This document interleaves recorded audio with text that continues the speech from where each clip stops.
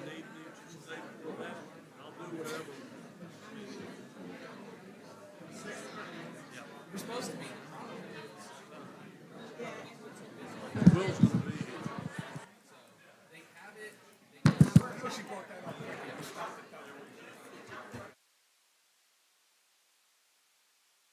Good evening, good evening, good evening.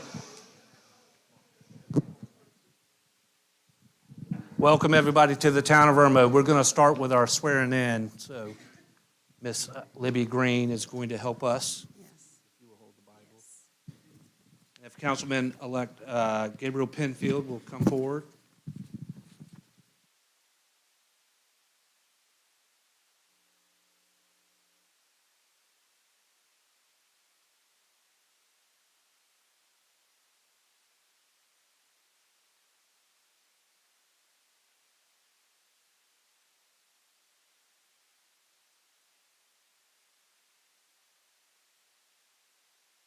To me, I, Gabriel Penfield, do solemnly affirm that I am duly qualified, according to the Constitution of this state, exercise the duties of the office to which I have been elected, and that I will, to the best of my ability, discharge the duties thereof, preserve, protect, and defend the Constitution of this state and of the United States. Preserve. This state and the United States. As council member of the town of Irmo, South Carolina, I will equally, fairly, and impartially, best of my ability and skill, exercise the trust reposed in me. I will use my best endeavors to preserve the peace and carry into effect, according to the law, the purposes for which I have been elected. So help me God. Congratulations, council. Congratulations.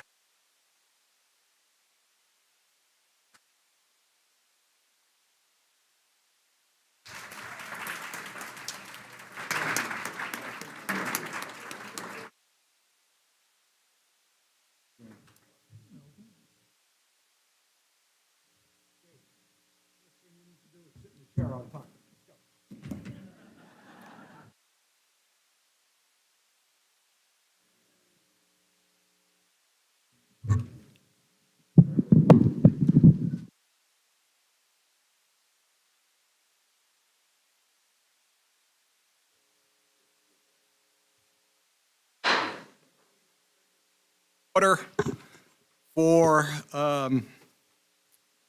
first of all, for March 19th, I would like to congratulate and speak for all of our council members, Gabe, for his election and a well-run campaign. Congratulations again, Gabe. We look forward to working with you. At this moment, we're going into public hearings. I'm going to bring public hearing number 1. I'm going to gavel that in right now. Number 1 is to receive comments on ordinance 2402 to rezone 1 acre located at 900 Lake Murray Boulevard, Richland County, TMS R03915-0110, from CN Neighborhood Commercial to CG General Commercial. Any comments? I have no one signed up.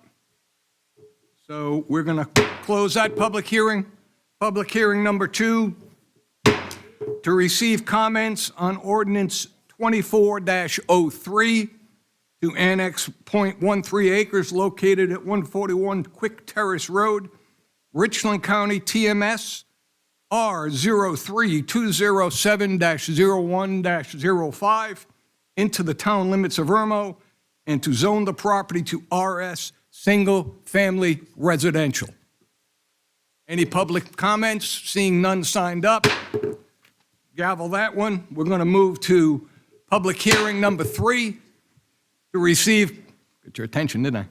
To receive comments on ordinance 2402 to rezone 67 acres located at or near 1424 Shady Grove Road, Richland County, TMS number R03300-03-0, I'm sorry, 03-02.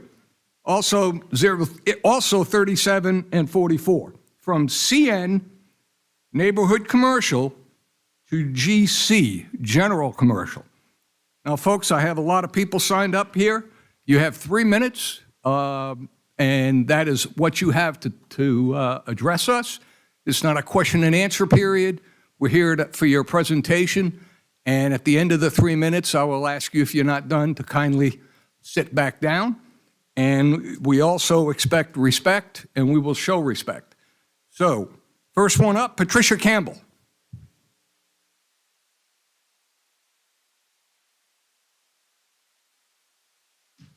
Your name and address, please. My name is Patricia Campbell.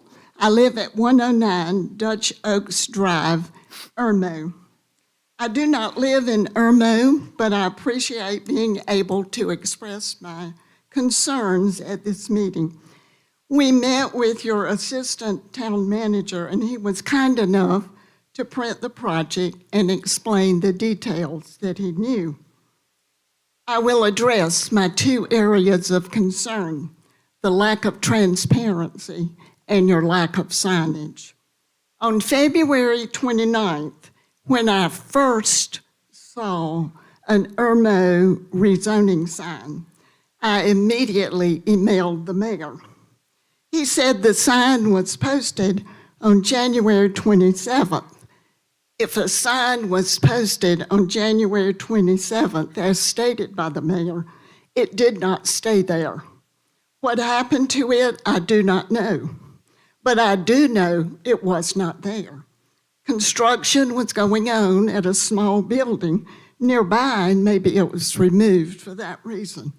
But there was no sign posted until February 28th. On March 18th, the assistant admin acknowledged to me that he reposted the sign on February 28th. That was a day after I emailed the mayor, complaining that the sign was not there earlier. Residents out this way were unaware of the proposed rezoning until after the 20th February meeting, when Irmo News had an article. Since we are not in Irmo proper and not voters, maybe Irmo doesn't care about their lack of transparency to us. Also, the administrator said there was advance notice through Irmo News, but the only article I could pull up on the internet was February 22nd, after the first reading. I also questioned the lack of signage along the boundary area, which to me seems quite long. I do have a photo if you want to see it. The mayor said the area had such little road expanse that posting additional signs was not necessary. It is considerable, and there's plenty of area for Irmo to post additional signs.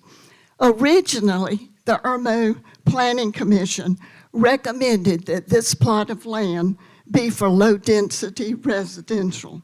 I am asking the council to delay this project and investigate this project more thoroughly, considering the rural area surrounding the project. Low-density housing fits much better.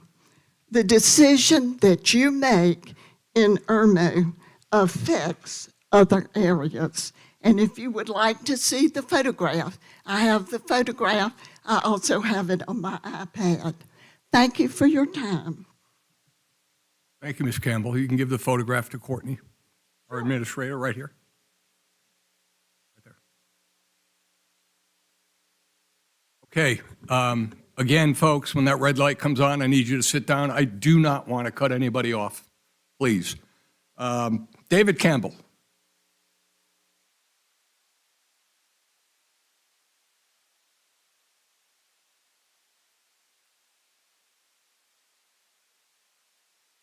My name is David Campbell, 109 Dutch Oaks Drive, Irmo. I will address two areas of concern, the proposed hotel site and traffic issues along Shady Grove Road. Having lived in Irmo 7 years and 42 years in this area, I appreciate being able to express my concerns to the council.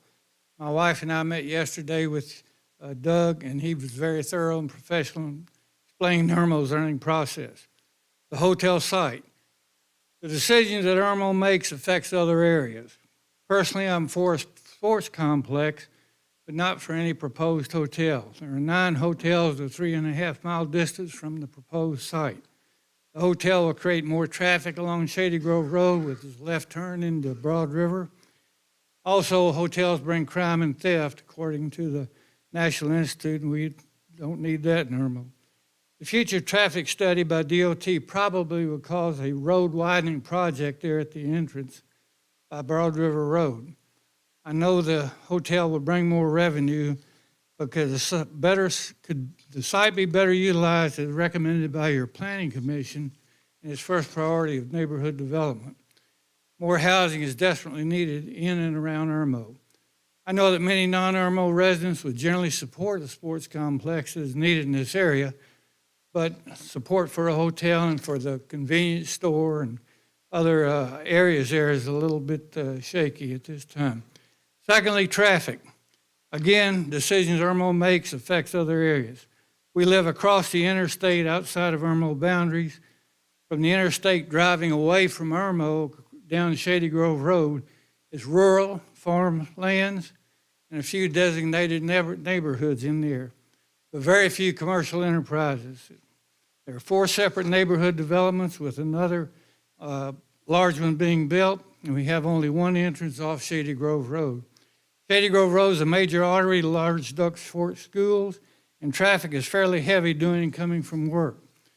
The mayor indicated in his letter to my wife that Shady Grove did not experience much traffic.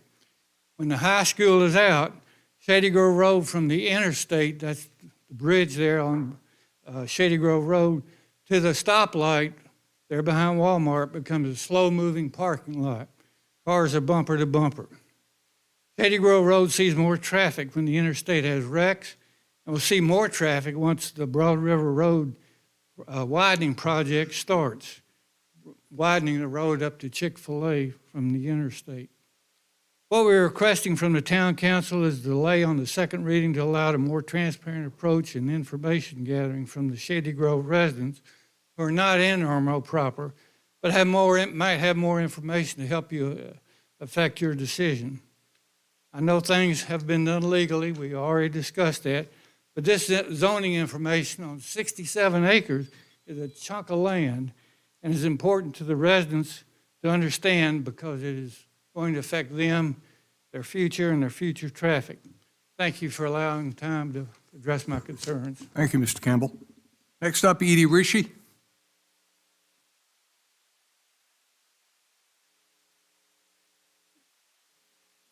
Wait, can we turn on the AC, please? Oh my goodness. I am so nervous. As y'all know from last time, I don't do public speaking. Into the microphone, Oh please. goodness, now you really made Thank you, Ms. Ritchie. Okay, as y'all know, I don't do public speaking, but I have taught and showed my kids, if you want something bad enough, you have to do what it takes to get it. So here I am, fighting for boys volleyball and following my son's lead. In middle school, he gathered his friends, set up a meeting with the principal, and went prepared with a speech including cost and teacher support to start a volleyball club. Unfortunately, it was a no-go because of COVID, but I was so impressed by his initiative because I had no clue he was doing it until he left for school in his Sunday clothes, dressed to impress. His dad and I were so proud of him that we decided to buy a net and host this volleyball club in our yard. He loved it so much, I started reaching out to girls' teams and any camps I could find to let him join a team or be part of a camp. At that time, Chapin Volleyball Club would only let him come to their summer camp. Okay. Lucky for us that year, Palmetto Volleyball in They let them be a part of the camp. Lucky for us that year, Palmetto Volleyball in South Carolina let co-ed teams play. We had 3 boys play on 2 teams that year. Chapin Volleyball is no longer around, so here I am searching for another option. That's how I found Sue, who started a boys volleyball team. The past 2 years that we have played with her have been such a blessing, for my son to be able to play volleyball. And I cannot express the thanks I have for her in doing that. This is not only for Blake, but for me as well. I so look forward to the weekends that I get to go watch these boys and girls play volleyball. The players, parents, referee, and coaches are all wonderful people, and I'm getting to know more and more of them. I love to watch the other teams from the boys and girls come and watch and root each other on, even though we will be playing them later in the day. Unfortunately, we are outgrowing our places to our places to play. I am praying that this wonderful community that I live in will allow this facility to happen. It would break my heart to see boys and girls volleyball take a hit because of spaces to play. These young women and men are an asset to this community and not a detriment. My son's future dream is to coach one day, and play pro. And mine is that he does it here close to me. So please make our dreams come true.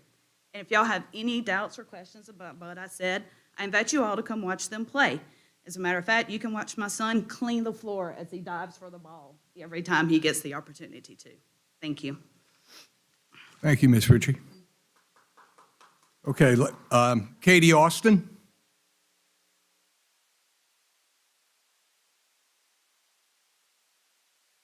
Hi, my name is Katie Austin. Sorry, that might be loud.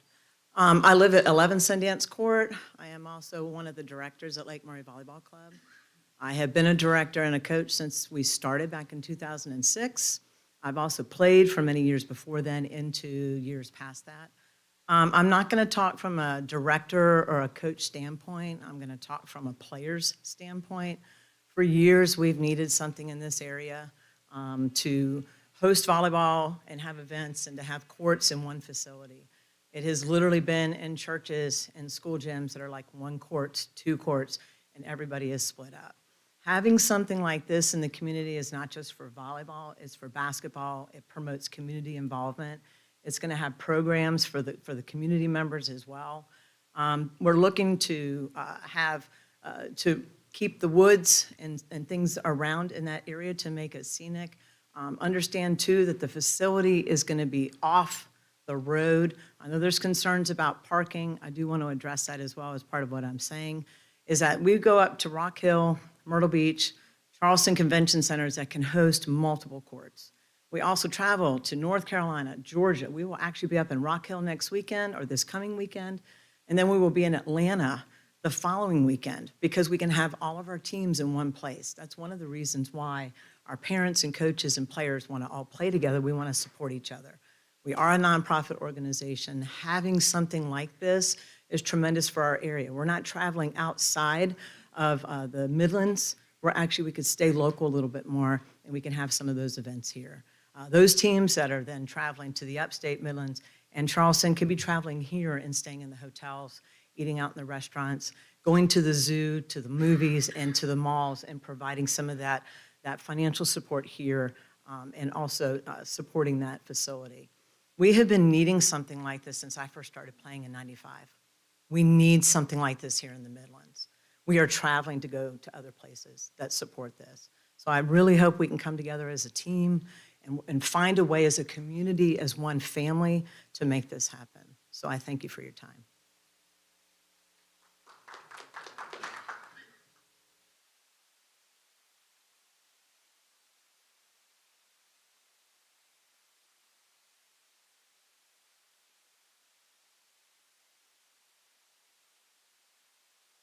My name is Chris Lindler. I live at 1512 Shady Grove Road. And far as the ones mentioned about no signage, I live right behind the property y'all plan on trying to develop. None of my neighbors knew nothing about this. I'm going to be directly affected by this. The hotel will be right outside my front door. The wetlands that feed my pond, 50% of the water comes from right there where the hotel and all that's going. It's going to be gone. So what are they going to do for my privacy? I'll have no privacy. I've been living there for over 53 years. I grew up here. I grew up in Irmo. I feel like I'm a part of Irmo, but this doesn't feel like I'm a part of Irmo because I feel like I'm being blindsided, and all my neighbors are too. I mean, you got to put, if you were in my seat where I'm living and still had this come in front of you and you say, oh, it's all great. No, it's not great for me. So I'd like to know what they plan on trying to do to protect my privacy, or are they going to try to buy me out so I can move somewhere else? Like I said, there was no signage, and my neighbors did not, they were shocked. And of course, I'm the one directly being impacted by this land more than they are. But that's all I've got to say. Thank you. Thank you, Mr. Lindler. Trey Hodges?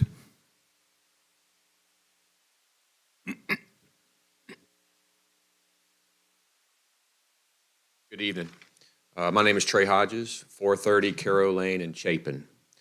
I'm here in support of the indoor multi-sport facility.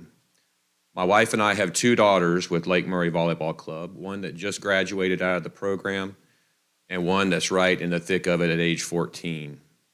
Having a central facility that can house all of our teams under one roof would be a tremendous improvement over the many smaller, dispersed gyms that we currently practice in. Occasionally, we are denied practice time when the gyms we rent from have scheduling conflicts with other users. That problem would be solved by this facility. As we have traveled throughout the Southeast for club volleyball tournaments the last several years, the absence of a large indoor sports arena in the Midlands area has become obvious. A large tournament in our area is very difficult when you have to cobble together multiple high schools, multiple middle schools, and county recreation gyms to approach the number of courts needed for a tournament. This facility would solve that problem as well and put the town of Irmo on a similar footing as Rock Hill, Myrtle Beach, and Charleston in the travel circuit. I do understand that there is opposition to this project, and I'd like to mention just a few things that may hopefully ease some of the possible concerns. First, since it's primarily a weeknight practice and weekend tournament facility, the vast majority of traffic generated will be outside times of peak demand. Second, since it's an indoor facility, the noise from the games and practices will be contained within the walls of the building. And third, these are family-oriented events. In 4 years of traveling to 10 to 12 tournaments a year, I have yet to see a single disturbance requiring a security or a law enforcement response. I feel completely comfortable knowing that my young daughters are playing in these venues. The last thing I wanted to address is potential economic impact. I can't speak to how basketball tournaments are run, but volleyball tournaments typically have 8 teams assigned to a net, 4 in the morning and 4 in the afternoon. With 16 courts, that's about 128 teams. Factor in about 10 players per team, you got probably 1,000 plus families involved. And many of those families will need restaurants, lodging, and will support local businesses. Thank you for your time. Thank you, Mr. Hodges. Angela P. Okay, thank you, Angela. Sarah Rendelman. No, Ms. Rendelman. Okay, Sue Dillon.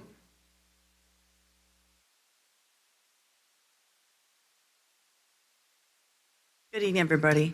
My name is Sue Dillon, and I'm the director of Lake Murray Volleyball Club, which is a travel volleyball club that has been in business for 18 years. We have steadily grown at a competitive level, but we have not been able to increase in size because of the lack of courts available to us to add teams to our club. Having a facility of this size will give us a home for our club and ample space for growth. Volleyball is the #1 team participatory sport in high school and college for girls. Boys' high school volleyball numbers have increased by 40% since 2017, making it the fastest growing high school sport in the country. For background and information purposes, I want to expand on what travel volleyball looks like currently. Volleyball has grown so much that almost all tournaments are now held in large convention centers or multi-court facilities. Gone are the days of using separate 1 or 2 court facilities scattered across town.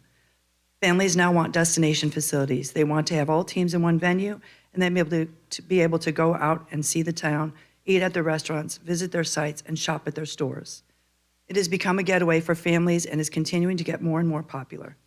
The need for a facility like the Next Level Project is immense, and that has been felt for years. We have all been traveling around the state using state-of-the-art facilities in Rock Hill, Myrtle Beach, Spartanburg, and Charleston. It seems crazy to me that we do not already have one in Columbia. This is such a great opportunity to seize on what could be a huge economic boon for this area. For comparison, the Rock Hill Sports and Event Center has been open since 2020 and has seen over $30 million in economic impact each of the 4 years since. I know that there's concern about traffic, so I wanted to make a couple of points on that subject. For comparison, the Rock Hill facility sits on a city block right next to Winthrop University. It is surrounded by only 2-lane streets. There has never been a traffic issue. This is because 90% of all the large events are held on the weekend, and players and families arrive early in the morning and then stay inside the facility for 4 or 5 hours at a time, after which they are more than ready for a hot meal and/or a beer, and they all head out to local businesses. Also, the way the plans have been drawn up, this facility will be well off the road and will have a long drive to accommodate any traffic that may build up. The plan is also to keep the wooded areas, add some picnic areas, and walking trails. Lastly, I want to close by saying that just this past weekend, Lake Murray Volleyball Club had a tournament here in town that had 48 teams. On this same weekend, another local volleyball club held a separate volleyball event, which had 73 teams. This is 121 teams that were here in Columbia this past weekend, competing in different venues all over our area. Each team has between 10 to 12 players and 1 to 3 coaches. Using the average numbers of each, this comes to over 1,500 players. Each of these players has a family that travels with them and stays overnight at least one night, except for local athletes, of course. These 1,500 families were in town, but most of them were in the Northeast or scattered across Columbia. Wouldn't it have been great for them to have these families here in Ballantyne area enjoying our local restaurants, shops, and hotels? Thank you. Thank you, Ms. Dillon.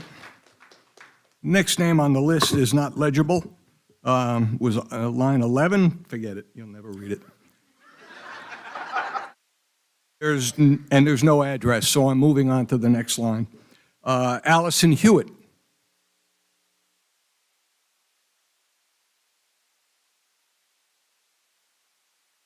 Allison Hewitt. Up there you are. Good evening. Thank you, Mr. Mayor, Council. My name is Allison Hewitt. My work address here is 7001 St. Andrews, and I am part of the team who is proposing this zoning change, rezoning, and ask for your support for this. We are committed to be good partners with Irmo, the town, the local businesses, and the residents. As we are hoping to design it, we design it hopefully closer to the interstate to mitigate impact to the residents. We will also commit to, as if this moves forward, to be able to move and meet with the community, to have consistent community meetings as we are designing and moving forward. We are proposing right now 8 basketball courts and 16 volleyball courts, with also cheerleading, and the hotel, right now the maximum that we're proposing is 200 rooms. And that would be 200 families that will come on the weekends that don't have to drive out except for restaurants. We also are committed to keeping the lake area and the ponds, and see if we can do gazebos and really trying to make an area where people want to come, even if it's just during the day, during the week, not for a sporting event. So we expect to really put a lot into the environmental and the lush greenery around there. I am also available for any questions. If the city manager ever receives any questions, I offer them to share my phone number or my email address for any concerned residents. I am open to have transparency in those conversations whenever they reach out. Thank you, Ms. Hewitt. The next name on line 13 is also not legible, but there's an address, 6825 West Trenham Road. Okay, no problem. Thank you. I would address you as such, but I still can't read the name. Next up, Pam Mason.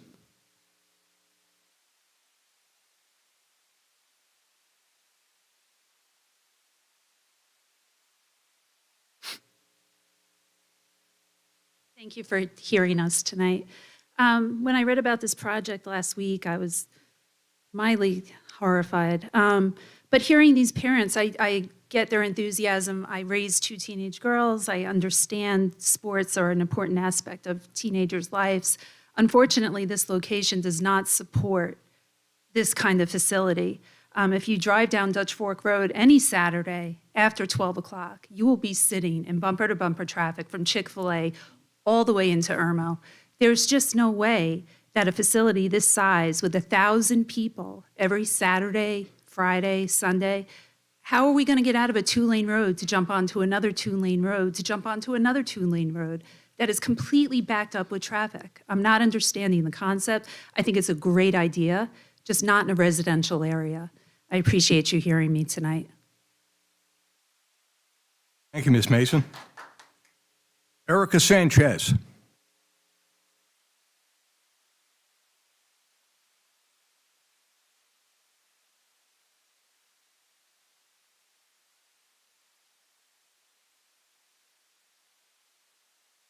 Erica Sanchez, 414 Hope Spring Crossing. I live in Cadman's Creek, so I live in the neighborhood where the proposed athletic field should be backing up to. We as residents, or at least I can speak for myself, heard only recently about this project, so right around a discussion around February 20th. So it was a little bit surprising, so we kind of searched a little bit more information, and I have 4 kids. I get the idea of having an athletic facility, and I think what we're here for tonight is not so much about the concept of an athletic facility as much as the current zone, the current location. And so, I have some concerns as a resident, just having it back up from the map that I'm looking at. We're talking, the person, number 11, that just spoke, mentioned that there would be trees and things like that, where right now, the way that it's written as future recreational facilities. So, I'm not, I guess the disclosure of what's actually there is limited, at least to what I've been able to access. So I appreciate Speaker 1 and 2 and how they mentioned perhaps we could consider, I don't know if that means delaying the vote or just to have a little bit more transparency and a little bit more information and what that would mean for us, because it essentially is trapping us in to 26, the expansion of Broad River Road, and then now whatever you decide to put there. So, and since we don't know what that is, outside of a hypothetical athletic facility that's going to bring in 1,000 people a week, or weekend, with infrastructure concerns with the roads, I just feel like there are lots of extraneous things that maybe would help us, better be informed from that side. So, just want to express that from that side. And see what that means for the future. It's really not so much at all about should we have an athletic facility in Irmo. I think the idea is kind of nice, but the location has some definite concerns I think that we should perhaps discuss in future, especially for the residents that will be directly affected. Thank you. Thank you, Ms. Sanchez.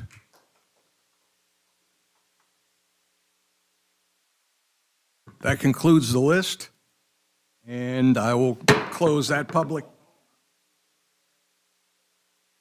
Oh, sir, not a list. You get a chance to talk during the items that are on the agenda. There's another time you can talk. Go ahead, Henry. Go ahead. I'll make an exception. Go ahead.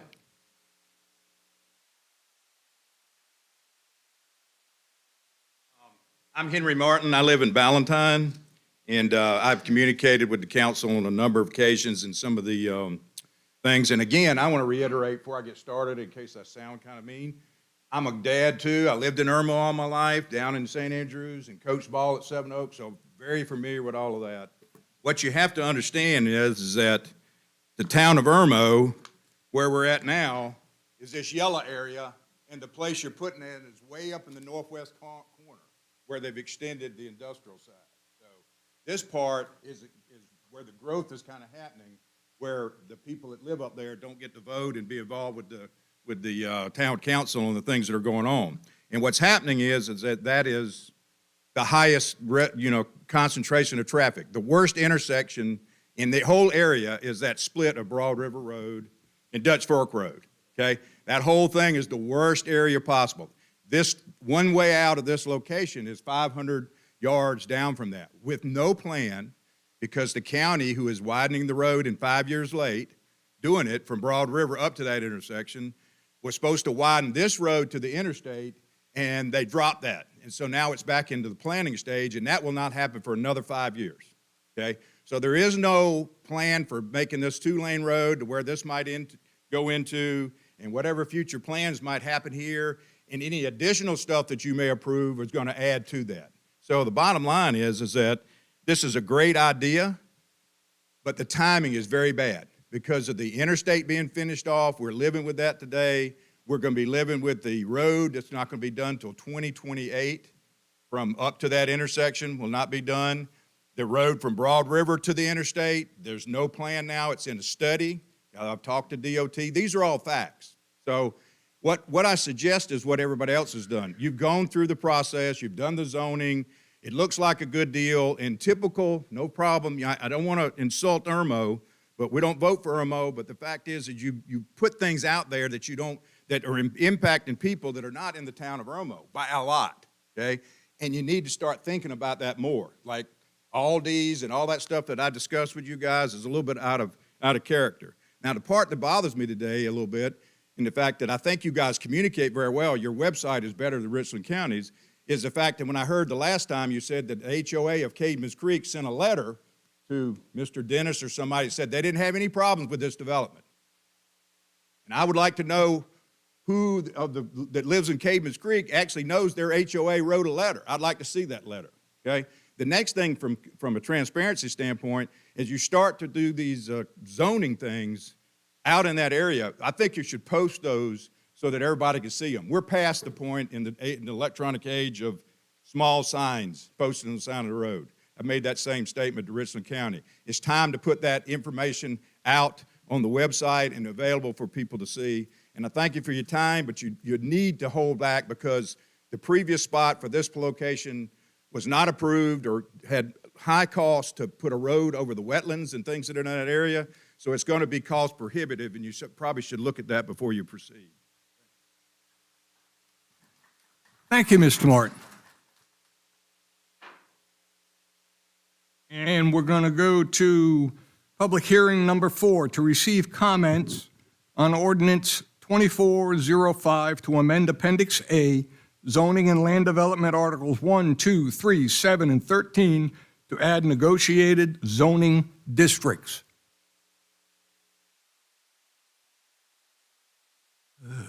I have one signature, one sign up. Dr. Marion Boyd. You pass? Okay. Seeing no other sign-ups, speakers, we will move on. That concludes our public hearing section, and we will now move. I will now call the meeting to order. I didn't like this gavel, but now I do. With the pledge.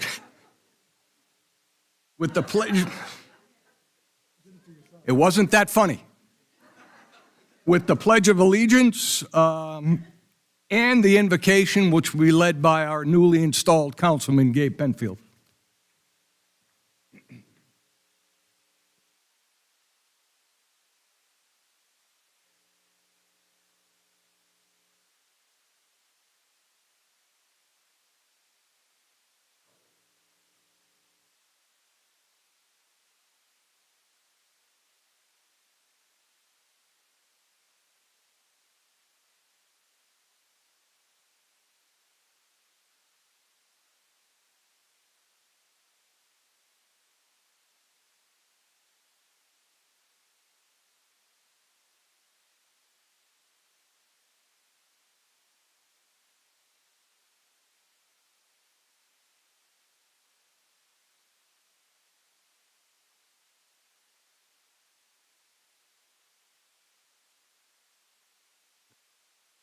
Thank you, Councilman Penfield.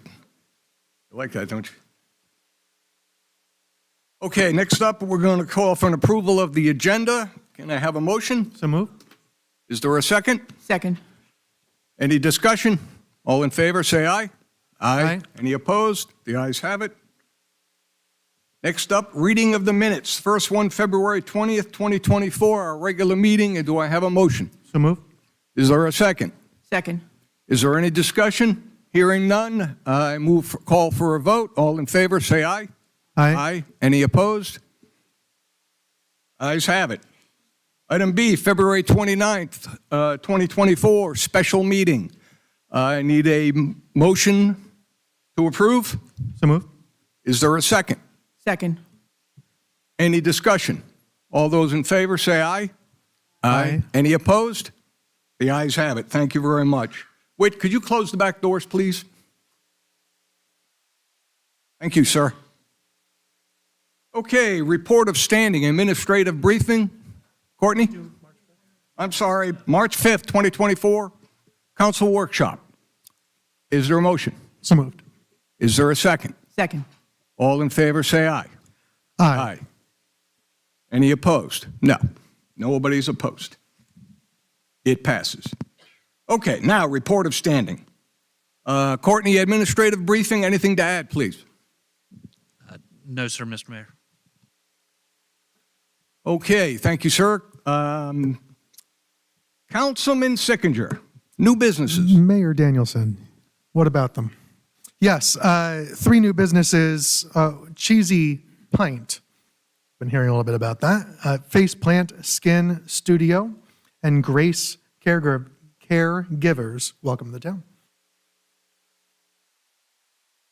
Thank you, Councilman. Consideration of communications. I would like to start with basic consideration of communications. I will report that I had a meeting today. We were invited, Courtney and I were invited, our town administrator, to a meeting at the Gressett Building amongst the municipalities, 14 municipalities, and the Lexington County Council. To talk to the delegation regarding the recent road maintenance agreement and the steps that have been taken by Lexington County to eliminate that agreement. I will say it was a 1-hour meeting. The delegation showed up in strength. I will also add, as did the municipalities.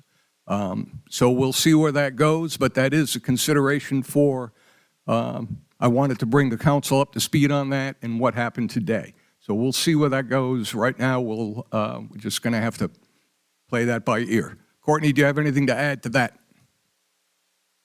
No, that was a pretty good synopsis, but we do hope that we can collaborate with both the county and the other municipalities to finalize some sort of agreement to present to council. Thank you. Okay, folks, let's go down front.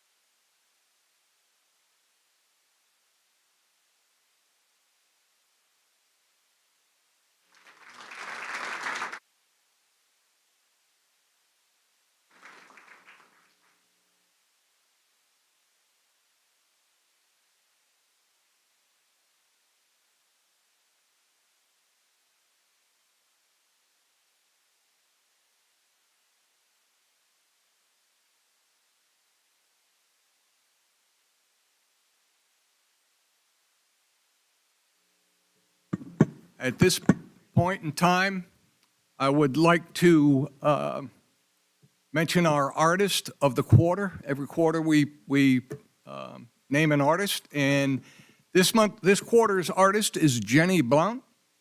She's an art teacher at Piney Woods Elementary. Jenny, are you here? No, Jenny.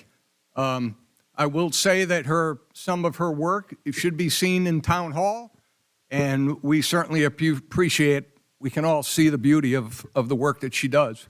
So again, thank you, Jenny, and thank you for your career teaching art to elementary school children. On the agenda, we are looking at an update from the Irmo International Festival. My understand Dan Kuhn's here, et al., and crowd, and group. Well, it is. I should know all of them since I'm on the festival committee with them.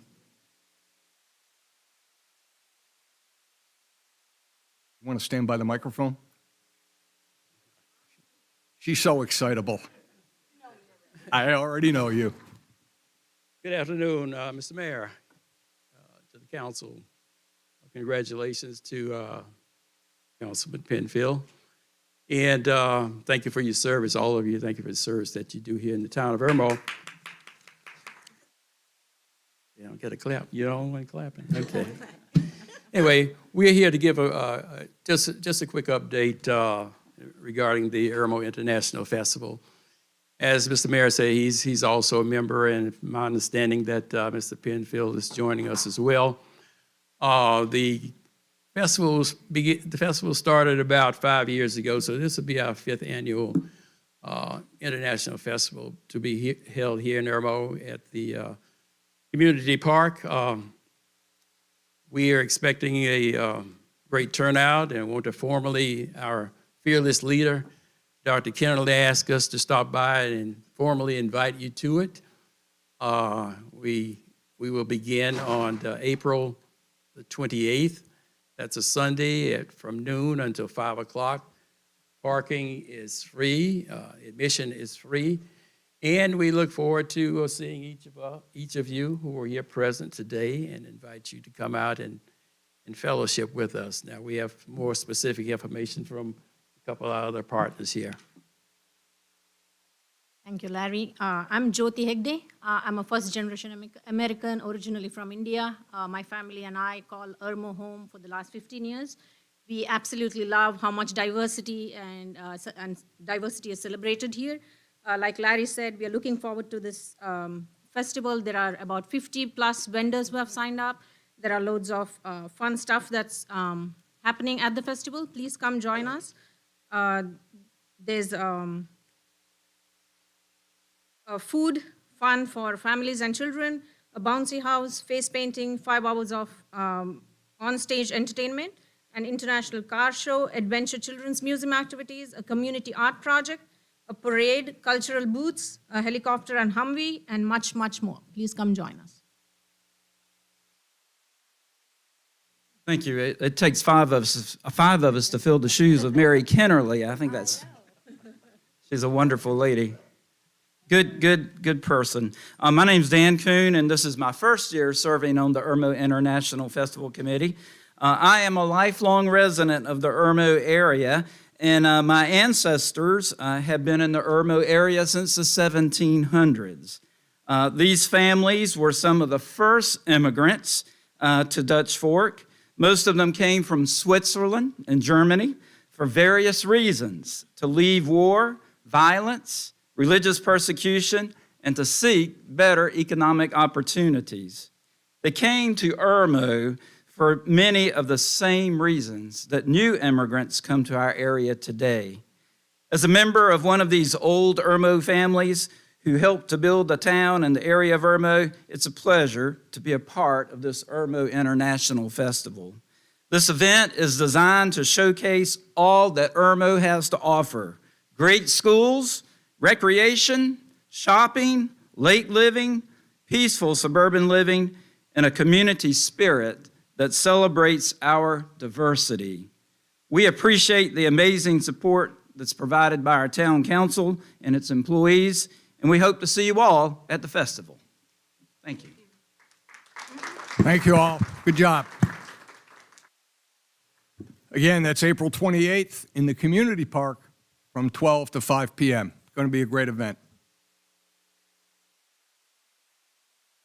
Okay, next up, presentation by the South Carolina Philharmonic, and it's going to have some special music in my neighborhood. Robin Halliburton, will you come on down, please?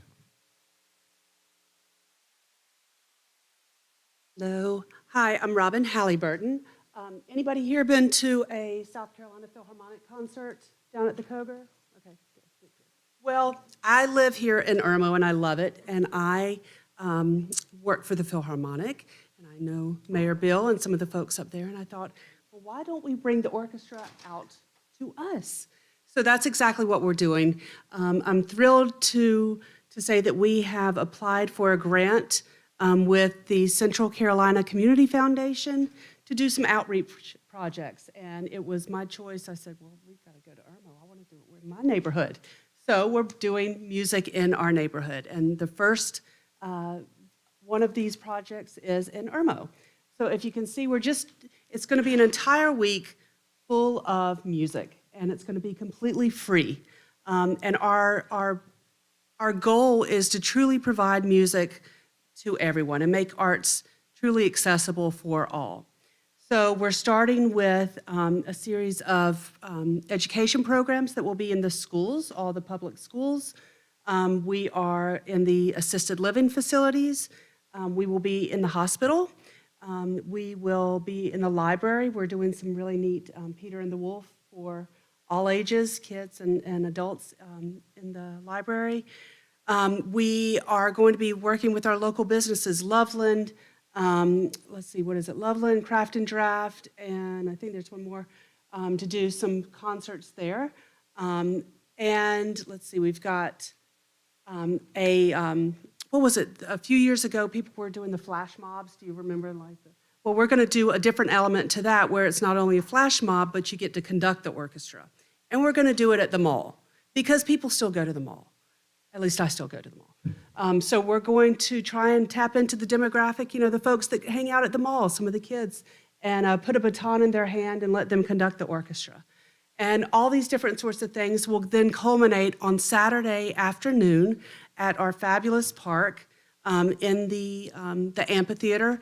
And we're going to be doing a family-friendly, accessible for all abilities and mobility restrictions concert with all your favorite movie music from Star Wars to Pirates of the Caribbean to everything you didn't know you loved about classical music. So we have been very fortunate to have the support of the town to say, yes, we want you here. We want to put you in touch with the right people. So we're very excited. This is going to happen the week of April 8th. We have been working with the Greater Irmo Chamber to make sure that doesn't conflict with other events happening here and also with the schools to make sure it doesn't conflict with testing. I know everybody loves those MAP tests. So I invite you to please come out. It's going to be on the website. I know your website, the Philharmonic's website. Again, it's free. And we're just wanting to make music accessible and fun. Yeah, thank you so much, Irmo, for hosting this first event, and we look forward to bragging and taking this other places. So thank you very much. Thank you, Robert. Yes, sir. This is a quick question and confirmation that this is the first of a kind for the Philharmonic, correct? It is. And you've selected Irmo? Yes. For a specific reason? Well, because it's awesome. We actually borrowed with their permission this idea from Nashville. And they did this, they have a situation kind of similar to ours where everybody ends up going downtown. And that's great, but, why don't we do things out in different neighborhoods? So I live in Quail Valley. I love it here. I've known you for a few years. I drink way too much coffee at all the fabulous places in town. So it was just a natural opportunity to partner with folks here. So thank you for welcoming us with open arms. And now we can call Nashville a sister city to Irmo. I think so. Thank you. That's Yes, what I sir. wanted to know. Yes, sir. Thank you. Okay. Next up, our school showcase, and I am going to send it to Councilwoman Barr. Thank you. Tonight's school showcase is going to be a presentation from Leapart Elementary School STEAM Magnet. Kimberly Parker, the STEAM coach, and Heather Ritenga, the digital integration specialist, will be presenting tonight.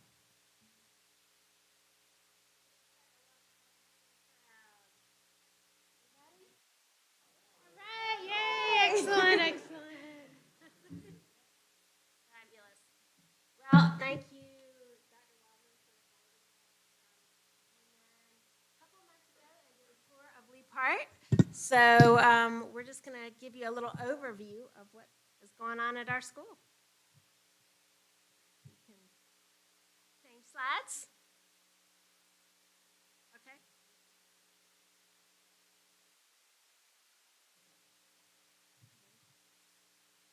Okay, so our mission for our students at Leapart is to think 3D. We want them to discover ways to solve problems, to design those solutions to those problems, and to develop the skills that are needed for their future success. And that's what we work for every day with our kids, to get them thinking critically. I'm not going to go through this, but I do want everyone to know that we are a proud Title I school. We have about 500, maybe a little over 500 students, and we serve pre-K through 5th. Something that we are really excited about is that this coming up school year is our 50th anniversary for Leapart. So we're going to be celebrating big next year. Would love for y'all to come help us. And we can go to the next slide.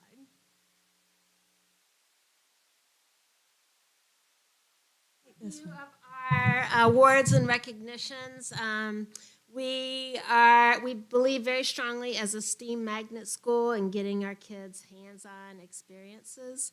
So we do a lot of STEAM clubs, and we're a certified magnet school of distinction. And Kim wrote an amazing whole kids grant this past year, so we've been able to expand our gardens in a lot of wonderful ways. And we're very appreciative of that. And that magnet certification is national, so we're kind of proud of that. We have a lot of STEAM clubs. We have STEAM clubs every month whenever we have early release days. All of our students from pre-K through 5th grade participate in a STEAM club. And that's from anything from gardening to woodworking, from sewing. We've got drama right now. We've also got, what are some other things? Legos, Reader's Theater, just trying to expose our students to as many options and opportunities as we can. We have one coming up this Thursday, so we're looking forward to that. We're kind of finishing out the STEAM clubs with our next 2 early release days for the year. So our project should be coming to a close. We're pretty excited. Our woodworking club has been building the beanbag toss cornhole boards. We're wrapping those up, and our sewing club has been making the beanbags. So that's something that they're going to leave for the school for future use.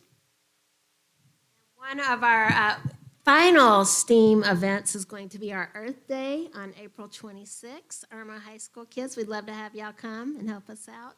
But we do a lot of fabulous STEAM events that whole day as well. That's a big, important day for us as a Green Step school.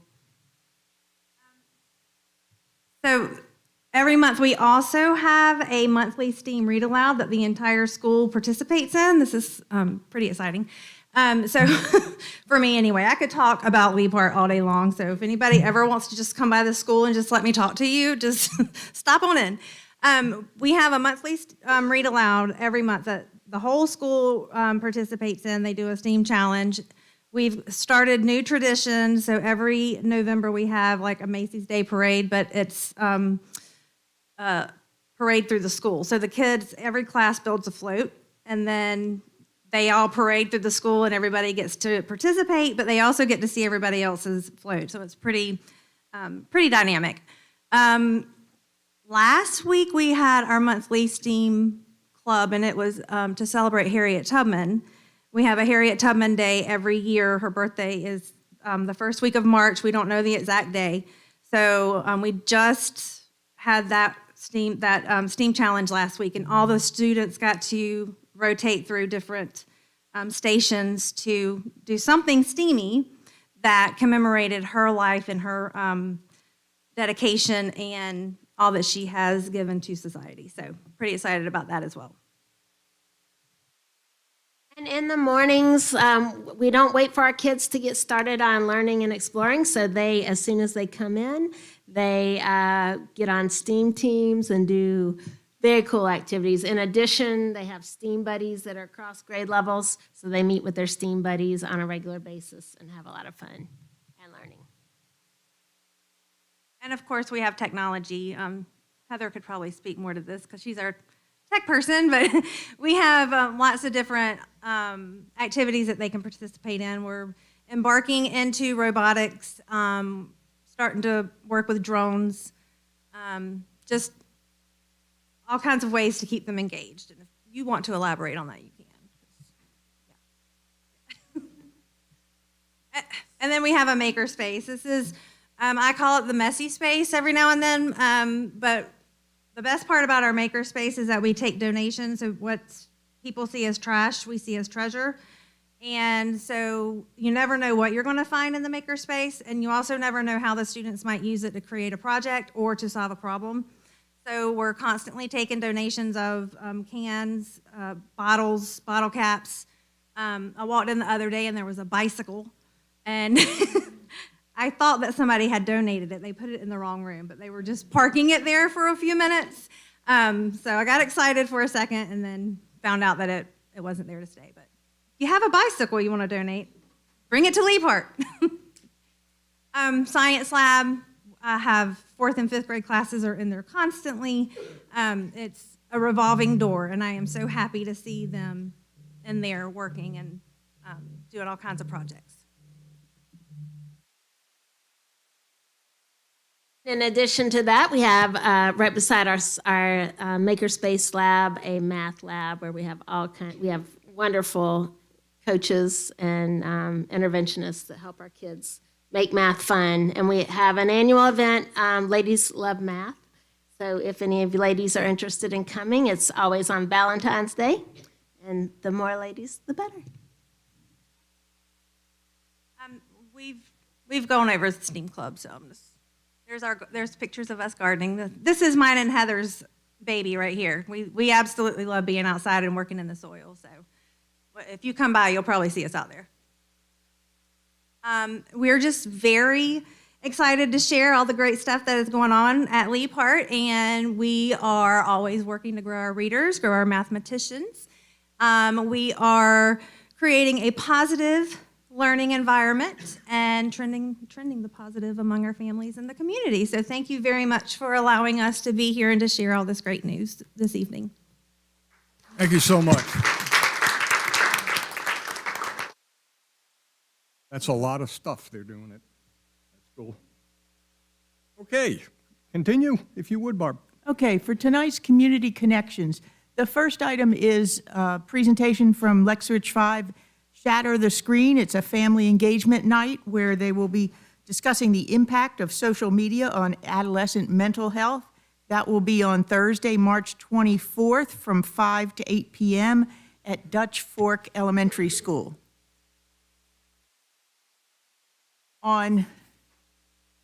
Beginning on Friday, March 22nd, Irmo Middle School will open up their plant sale. There's an in-person sale from the 22nd and the 23rd at the Irmo Middle School greenhouse, 4 to 6 p.m. on the 22nd and 9 a.m. to noon on the 23rd. You can also order online. Links will open online on March 25th and close on March 26th. They'll have a lot of different plants available, 3 native species of milkweed, and a lot of other flowering plants and a variety of vegetables.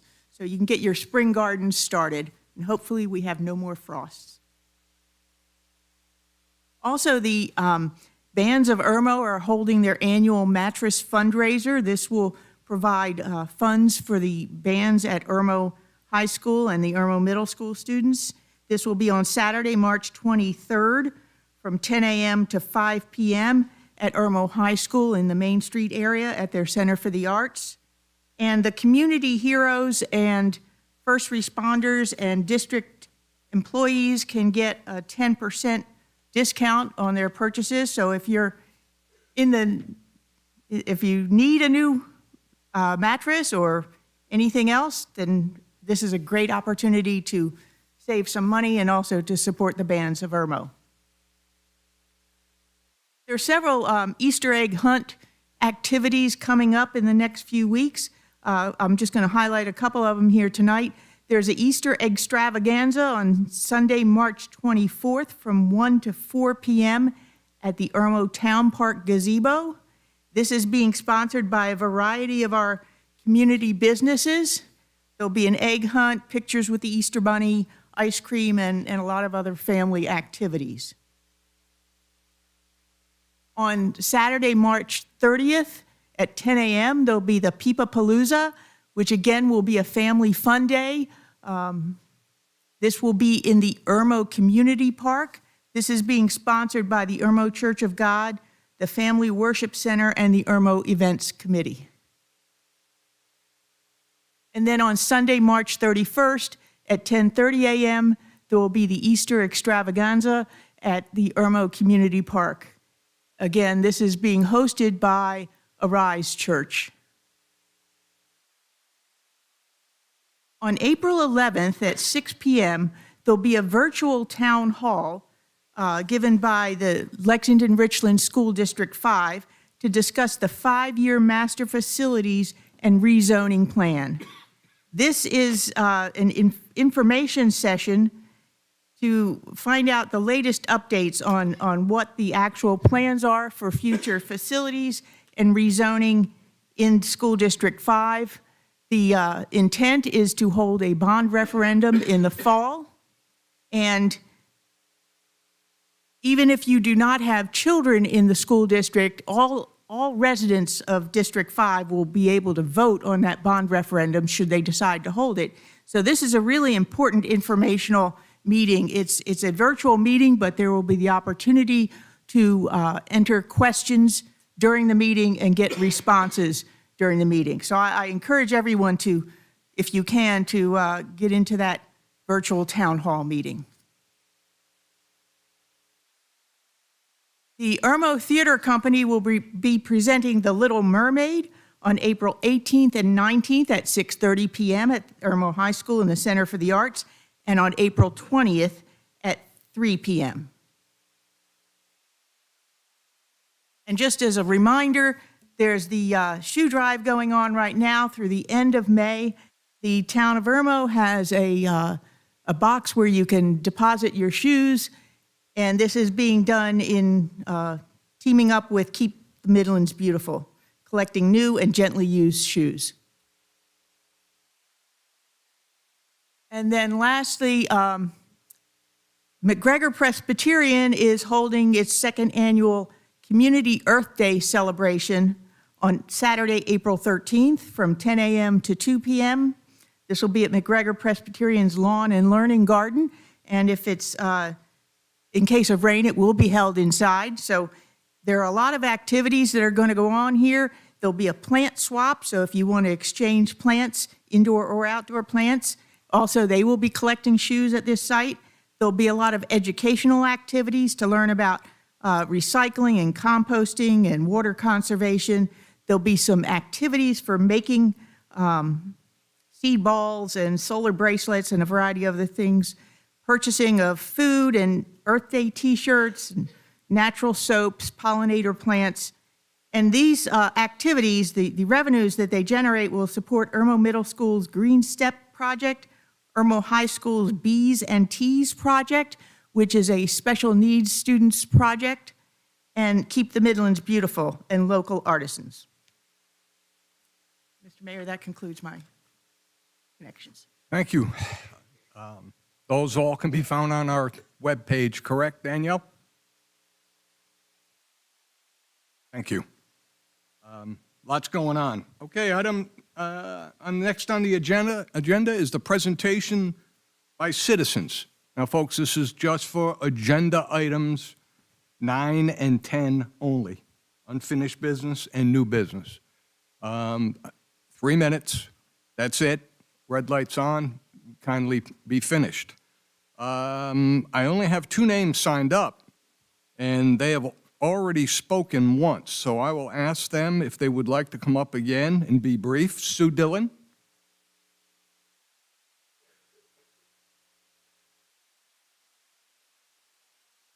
Thank you. Yes, I'll be very brief. I was just sitting there thinking and listening to the residents, and I wanted it to be clear that as a partner of the Next Level Project and someone that be in charge of volleyball operations, I'm also the chairman of the board for the Palmetto region, and I have access to everyone's contact for every tournament. And I was thinking there's a very easily way that we could funnel everyone down the frontage road towards Dutch Fork to come up the other way instead of using the Broad River exit, which would really alleviate everything until they get the broadening completed.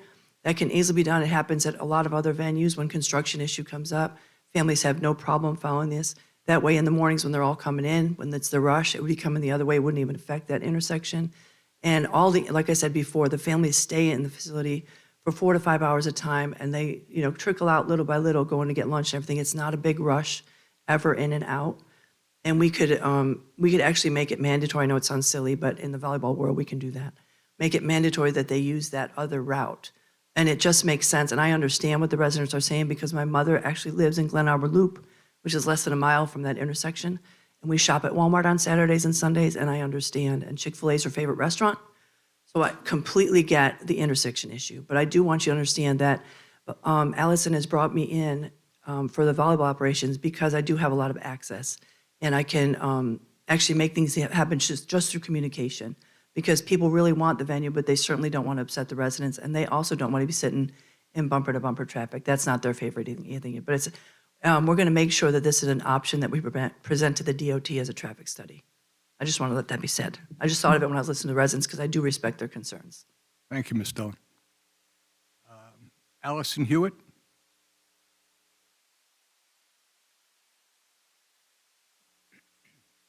Allison Hewitt, thank you for allowing me to speak again.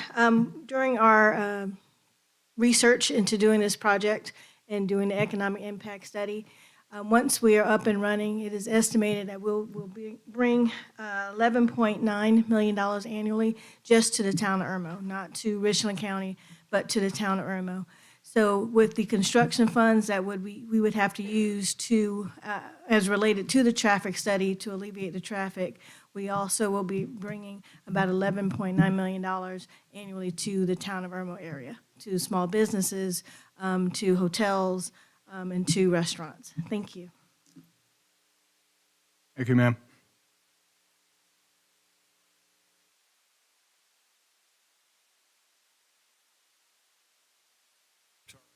We will now move on to unfinished business, and that would be item A under Roman numeral 9, the second and final reading of ordinance 24-01 to establish an events committee.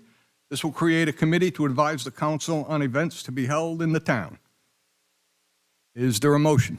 So moved. Is there a second? Second. Having first and second, is there discussion? I'd like to make an amendment to this motion. I'd like to amend the motion to delete section 4, item number 1. And I'll read that. It's develop rules and regulations on the utilization of park facilities, including insurance requirements for park utilization, park hours, and park rules. I'd like to strike that from this ordinance at this time.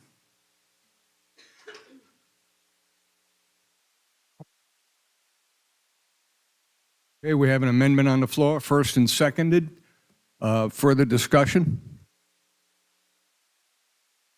I'd like to understand the council person's motivation behind removing it. Sure. My concern upon reading this was that this committee will be deciding issues that may require input from outside of the committee. Things like, for example, park hours. The IPD is responsible for opening and closing the parks. And so if the committee were to decide what those park hours would be, and they could decide that it would be different for different parks, or I just think at this point that this responsibility might be something that would be more administrative rather than committee level. Thank you. Any other discussion on the amended motion?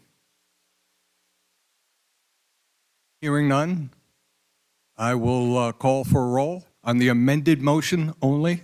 Renee? Mr. Penfield?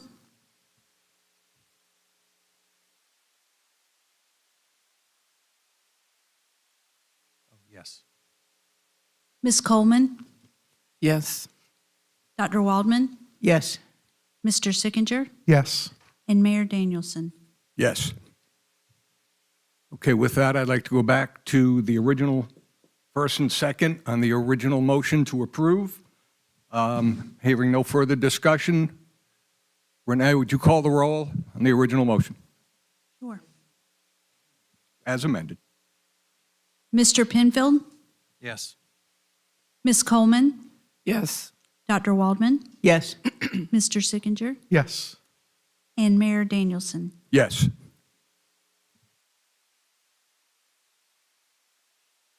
It's the second, item B, second and final reading of ordinance 2402 to rezone 1 acre located at 900 Lake Murray Boulevard, Richland County TMS number R03915-01-10 from neighborhood commercial to general commercial, and this was brought to us by the Planning Commission. Can I hear a motion? So moved. Second. Having appropriately been motioned, I ask for discussion. Councilman Sickinger? See the last meeting. It makes sense. It's surrounded by general commercial, and it'll help them with some things that they're trying to do anyway. Barb? Councilman? I agree. Yes, I agree. Yes, I agree. Okay, with that, I will call for a roll. Renee, please, for approval. Mr. Penfield? Yes. Ms. Coleman? Yes. Dr. Waldman? Yes. Mr. Sickinger? Yes. And Mayor Danielson? Yes. Item C, second and final reading of ordinance 24-03 to annex 0.13 acres located at 141 Quick Terrace Road, Richland County, TMS R03207-01-05 into the town limits of Irmo, and to zone the property to RS, single-family residential. That is also brought to us by the Planning Commission. I call for a motion. So moved. Second. Having been appropriately motioned, I ask for discussion. Hearing no discussion, I will call for a roll. Mr. Penfield? Yes. Ms. Coleman? Yes. Dr. Waldman? Yes. Mr. Sickinger? Yes. And Mayor Danielson? Yes.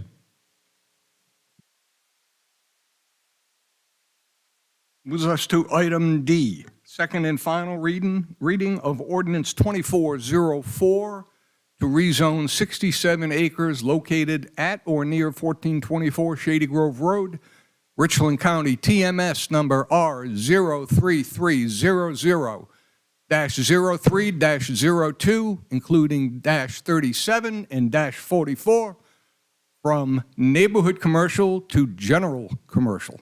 That is also brought to us by the Planning Commission. I will entertain a motion. So moved. Second. Having been appropriately motioned, I call for discussion. Councilman Sickinger. Yes, thank you, Mr. Mayor. So there's a number of things that I want to address on this based on what's happened so far already in the meeting. And the first thing is, you know, we have, as a town, have responsibility both to the law, but also to the residents to make sure that we follow the appropriate guidelines put forth by the state, plus our own ordinances in terms of announcing rezonings and similar projects like annexation. So with that, the town did put out a public notice that went in the Irmo News on, please hold while I scroll. It was February 8th. February 8th in the New Irmo News on page 12. That's a really important piece of daily business. It's like brushing your teeth. You just got to do it. I have a question for staff. Doug, can you explain a little bit? When did the first sign go up? What happened to it? Why did the second sign go up, or what have you? As much as you can explain. Sure. Originally, there was an application last fall, and so a sign went up prior to Planning Commission somewhere around November, December, and it was up for about 2.5 months. There was a time where it was unclear as to whether or not this project was going forward, so the sign was removed. And then the application was brought back forth and going to Planning Commission. During that time, I was actually working on new and improved signage. Now our new signage has QR codes on it. It has my direct extension on it. If you click the QR code, it goes right to the full packet. And so as soon as those signs came in from the printer, they were out there in the field. And so I think I just checked, and our signs went out there on February 26th. Thank you. There were some folks that expressed concerns about transparency. Is this information available on our website? Yes, there's a site on the website called Active Planning Actions, and that's what the QR code on the sign takes you to. But if you also go to the Planning and Zoning page on the website, you get the entire packet that Planning Commission and Council receives. All the pictures, all the information is on there. And it was on there, I think, as around February 15th is when I created that website. Very good. Thank you. And it was also a public hearing and, what have you from council a month ago, right? Yes. Okay. So what we're considering here is, and I'm trying to be brief, but I also want to be thorough, and that's a challenging thing to do. Yeah. So the other piece on this is today it is neighborhood commercial. And I think it's really important that we recognize that a business who owns that land or is leasing that land can do today any number of things that's allowed in neighborhood commercial. And for those who don't, have a deep and robust knowledge of zoning, like 99% of folks, I wanted to give you an example of what's allowed in neighborhood commercial.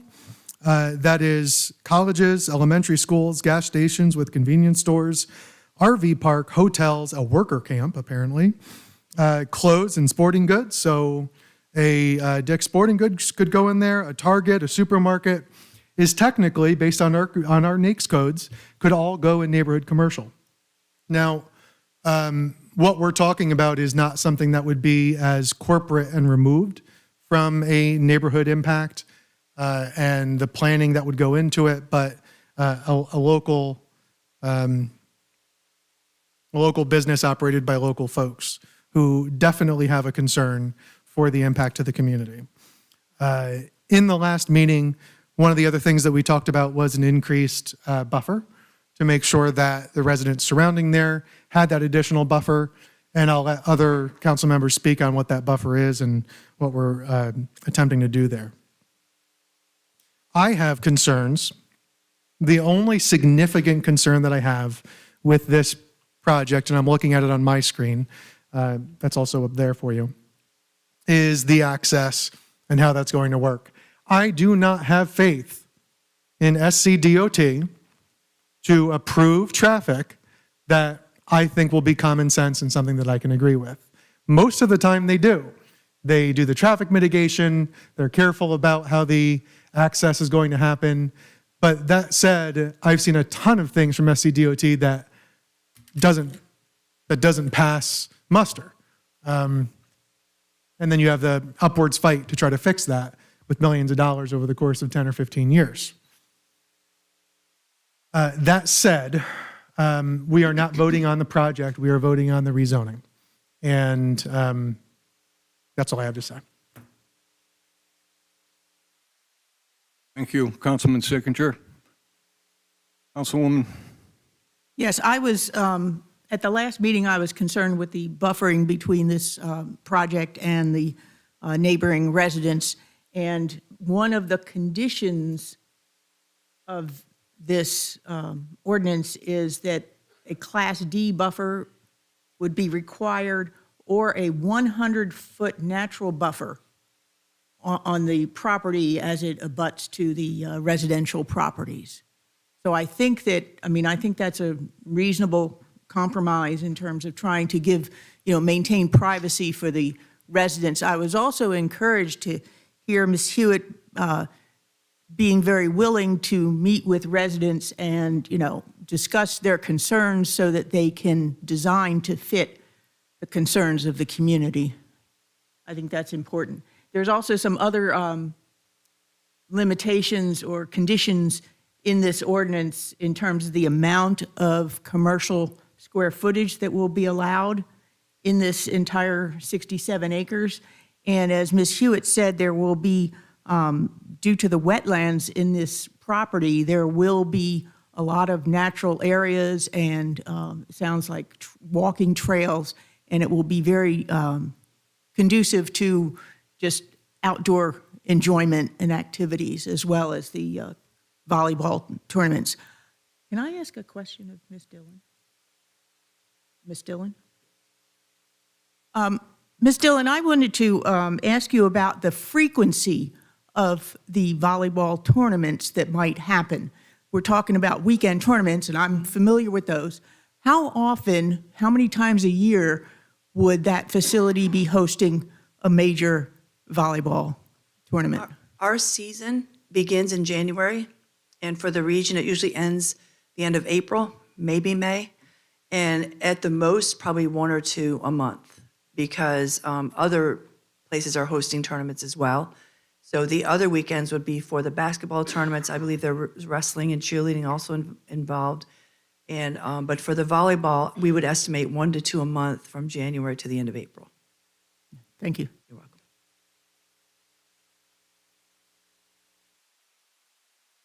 Councilwoman?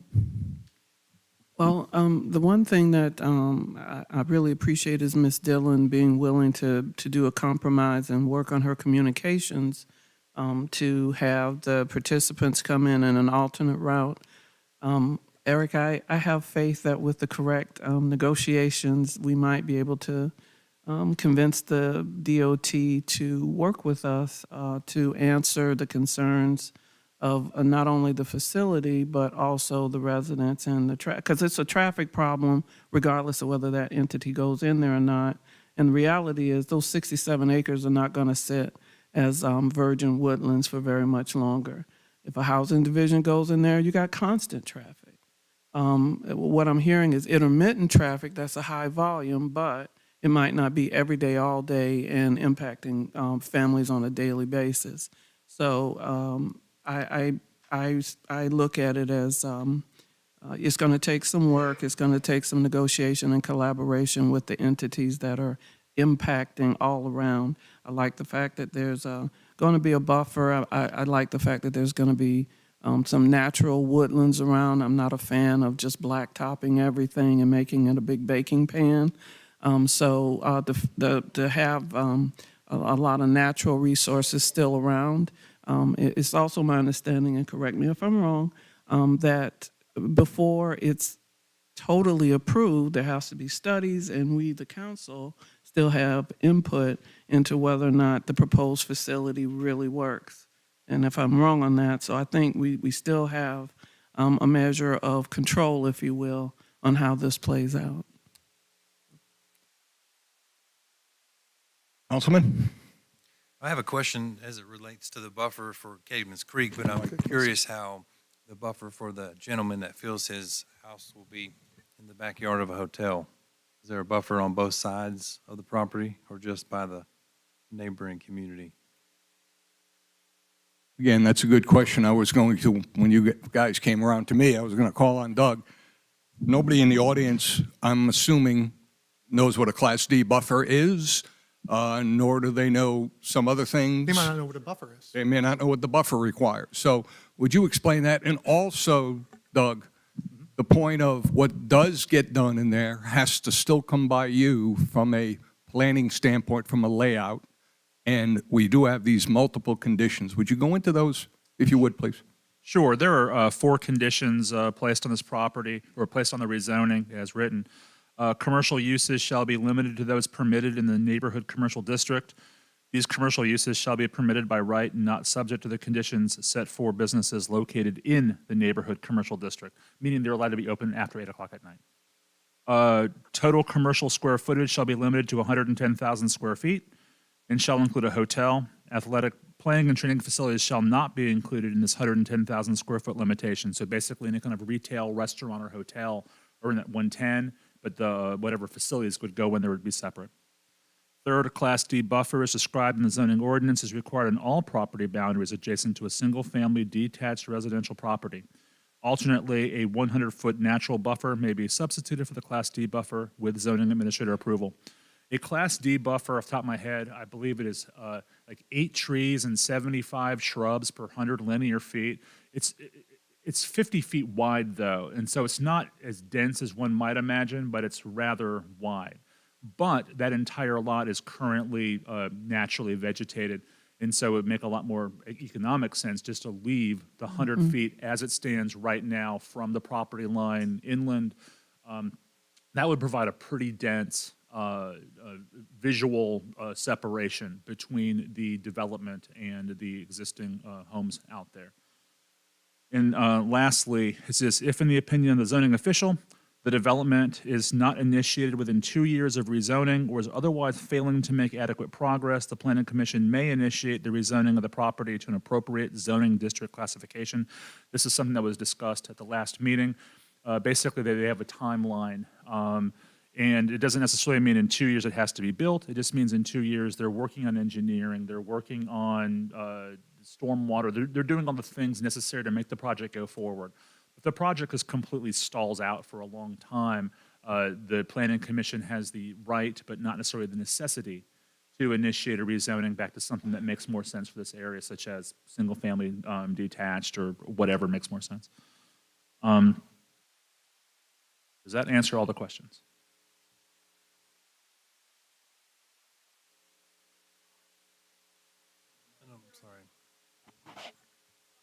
Ms. Campbell, we don't take questions from the audience. I'm sorry. You could. Go ahead. What's the buffer between the property and Caedmon's Creek in terms of feet? Between Caedmon's Creek and what it would be, so it would be either a 100-foot natural buffer or a 50-foot Class D buffer. And then we also just have your regular setbacks to the development itself. Kind of depends on what they're building out there. If it's actual structures or more like open playing fields. So 50 feet, that's the width of a football field, am I right? Approximately? Something like that. And you're talking about maybe the width of 2 football fields. What's the buffer between the hotel and the gentleman's house? It would also be at least 100 feet. Anything abutting a residential community would be 100 feet. And actually, the way the code reads, whenever you have commercial adjacent to single-family detached residential, you have a Class D buffer. So basically, we are offering the option of doing a 100-foot natural buffer as well, which would probably be more dense. Do we know the height of the hotel or what hotel vendor might be there? I do not know that. 4 stories, 2 football fields away is what we're talking about, with trees in between. That's all I have. Okay. Doug, not to keep you on that point, but and Ms. Campbell will come back. We're going to open up for comments after. You'll be the first one up, okay? Thank you. if I'm sitting there, yeah, I'm a neighbor. And I know what that is. I lived out on Kennelly Road back before the high school got built out there. The question is, we are rezoning this property to a softer zoning than it is currently zoned right now. A hotel can come to us by law right now and build that hotel without any questions other than your normal purview of a building.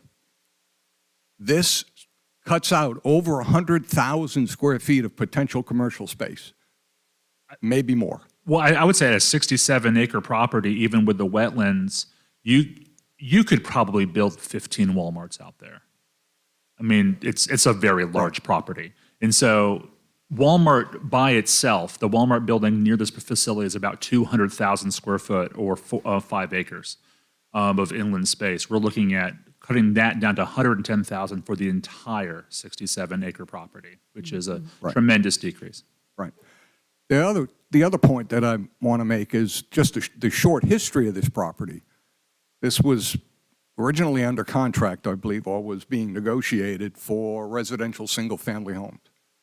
And DOT, I believe, might have been Richland County, but I believe it was DOT, required widening of the road from Broad River to the entrance. That was more than that home developer and builder wanted to bite off, okay? So again, we are rezoning this to a less, use the term loosely, dense use, and it has a long way to go before it actually happens, i.e. DOT, stormwater runoff, all of the things that are required. DOT could come in and say, you need to widen the road. You need to, this is just the first step for this project to move forward. There's a lot to happen between now and then. And I think that's important for folks to understand. Right now, Walmart could come and want to build a Walmart out there. So that's the point that I want to make. Pretty much all these other discussion points were also high on my list, but we've covered them. Any other discussion up here? Hearing none, I will. I'm sorry, I said yeah, but it was very quiet. So just to clarify, when we're not voting on that project from Next Level Sports, we are voting on a rezoning. And although we may know the project, and certainly that may unintentionally weigh someone's vote, the reality is we are voting on a rezoning from neighborhood commercial to general commercial with a ton of stipulations and limitations on it. So that does not mean this is a rubber stamp for us to shield, see no evil and cover our eyes, and suddenly, a couple of years later, there's a project there that's done. This is just the very, very, very first step and the only part that council has a role in is the rezoning itself. That's it. Thank you, Councilman. Yes, we are not approving this project. We are rezoning this piece of property. And what I had just said was from a practical standpoint, where we are right now. So having no further discussion, I would ask Renee to call the roll, please. Mr. Penfield? Yes. Ms. Coleman? Yes. Dr. Waldman? Yes. Mr. Sickinger? Yes. And Mayor Danielson? Yes.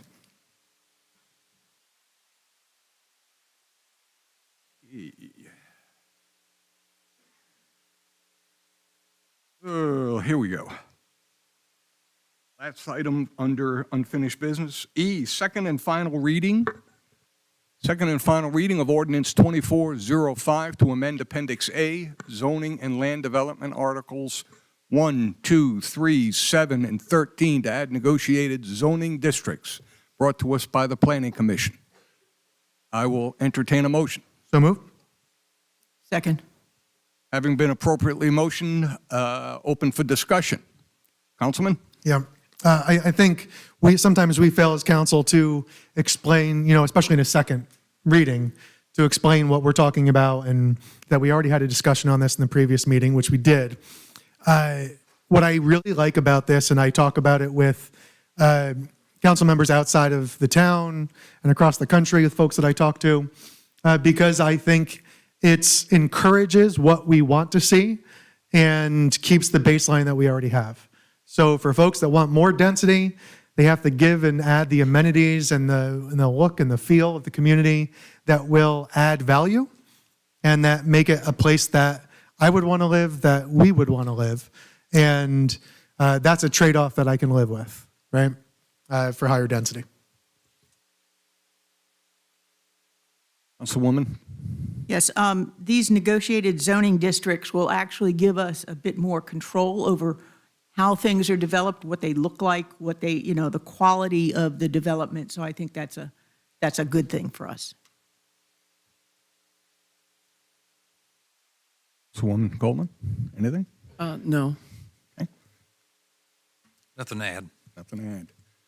Okay, yeah, I would just be repetitive here. So with that, I will ask Renee to call for a vote.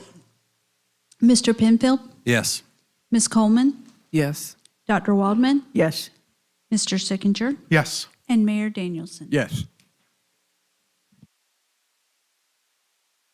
Okay, on to new business. Roman numeral 10, item A, approval of resolution 24-05, requesting the Lexington County delegation establish a new county transportation committee with a majority of appointees to the committee from local municipalities and transferring the authority of Lexington County Council to the new county transportation committee. Is there a motion? So moved. Second. Having been appropriately moved, I will call for discussion. Yeah, Mr. Mayor, this resolution, for folks that don't understand, CTC, County Transportation Committee, why are we doing this? It's because the Lexington County Council decided to walk away from an agreement that has been in place since 1978. Am I correct? And they are basically trying to abdicate their authority and their responsibility to take care of our roads. And they're trying to give that all back to the towns in Lexington County. So what that means is they spent none of the tens of millions of dollars they got in American Rescue Plan Act funding. Zero went towards the roads. Over the last 3 years, their budget for the roads has gone up nothing. They have made no special efforts to improve the road situation. Basically, they have budgeted nothing. They have added no additional revenue. And even when they got free money from the federal government, they didn't spend it on the roads. And they are millions of dollars behind in stormwater. And then they said, well, we're in debt, so on the roads and on stormwater, so we're going to walk away from that debt. We're going to take our keys and hand it to our neighbor and say, hey, that's your house now, good luck. So I imagine that if the Lexington County plan follows through and happens, that you'll see a lot of millage increases in the towns that are in Lexington County, because now we have to pay to fix the roads because the county won't do it. Unbelievable. And on top of that, the county council names the people to the county transportation committee, the CTC. So they're in charge of the purse strings, they're in charge of the projects. And so for 40 years, they've been doing it this way, and now they want to give up because they don't want to use any of their revenue on fixing the roads. So, and I apologize if any of that was damaging to our relationship to the county, but it's just ridiculous. By the way, their new rules only apply to new residential buildings and not new commercial buildings, which is completely backwards to me, because if we're talking about traffic, residential is once a day, twice a day, maybe zero. Commercial is all day long, every day, and yet they have no new rules on commercial traffic, but they have a ton on residential. So they're trying to make it expensive to live in Lexington County, and they don't want Lexington County to grow at all, regardless of whether or not we can afford it and whether or not it's the right thing to do. And they're trying to impose on Irmo, on Lexington, on West Columbia. They're trying to impose their rules about zoning and what's allowed where and how many and what. They're trying to impose that from a county down to the town and say, we're going to take away your funding. We're going to stop fixing things. But if you want to follow our rules, town of Irmo, then maybe we'll keep this conversation going. A lot to say. I'm in favor. Okay. Anyone else? Councilwoman? No, that was a very impassioned presentation. He's a little excited. And he wasn't at the meeting this morning. Correct. I don't think I could add anything to that. I would like to add that part of the money that DOT has, I believe it's C funds, I look at it as child support that's given to the county to distribute each municipality. I don't like to say we're entitled to something, but we're kind of entitled to something. And I think it's feels like a hostage situation. And so I'm happy to support any effort that we can to improve the roads. That's probably one of the greatest hot buttons for me to get involved in civil leadership is the expense of tires and alignment on my own car. So any gesture that we can make to support that, I'm 100% behind. Yeah, I just want to mention that we are probably just by timing and meeting schedules, we are probably the last of the, and I'm assuming a couple of others have already done this, but we're kind of the last of the municipalities to adopt this resolution. West Columbia, Casey, Town of Lexington, Town of Chapin, I believe Swansea, the list goes on. By a sheer timing issue, we may be the last one on the train to adopt this resolution. This is a big deal. This is something none of us saw coming over the holidays, and they did it in 29 days. They did it in the time, they did it in less time than it takes this public body to meet from one month to the next. Shame on them. And we are fighting back. Some of you might have noticed I've been quoted, but I believe I could speak for the town's best interests and town council on what this means moving forward. There's something that's called the home rule in government, and that means everything starts at the local level, right? At the local level. And we have our own, they keep mentioning their comprehensive plan. I would love to see the plan, just like I'm sure some of the folks up near where this growth is, Shady Grove, want to see our comprehensive plan. I would love to see their plan, because whatever it is, they're not following it. And they keep mentioning that plan, but we have our own comprehensive plan that we're spending over $100,000 to establish. And they're trying to override our plan, however it falls out, by following their rules. Every entity business entity is against this plan, and to the best of my knowledge, those that I've spoken with. So we're kind of a latecomer to this as far as the formal resolution, but here we are. And this is a big deal. And look into it. I urge all the folks in the town of Irmo who live in Lexington County to do their research on this. And if I may, Mayor, just to double underline what all of you have said already is, I think the gist to the audience here is that it's really setting an uncomfortable precedence that the county will enforce what it feels it needs, overlaying, like you said, not just us, but other municipalities. And that I think is the crux of it all, whether it would be this particular topic or something else. It's about respecting us as a town and our fellow municipalities and bringing us to the table first and negotiate and have dialogue before any kind of decision like this is made. So I just wanted to give you a thumbs up again. You're welcome. That was well said. Thank you very much. You're welcome. Okay, with that, I'll call for a roll. Mr. Penfield, Yes. Ms. Coleman, Yes. Dr. Waldman, Yes. Mr. Sickinger, Yes. and Mayor Danielson. Yes. Okay, next item B, approval of lease agreement and acceptance of the new Irmo town clock. This would approve an agreement for .008 acre parcel of land for 99 years for a price of $1, where a new Irmo town clock will be installed by the Irmo Future Growth Corporation and maintained by the town of Irmo at the corner of Lake Murray Boulevard and Woodrow Street. I'll entertain a motion. So move. Second.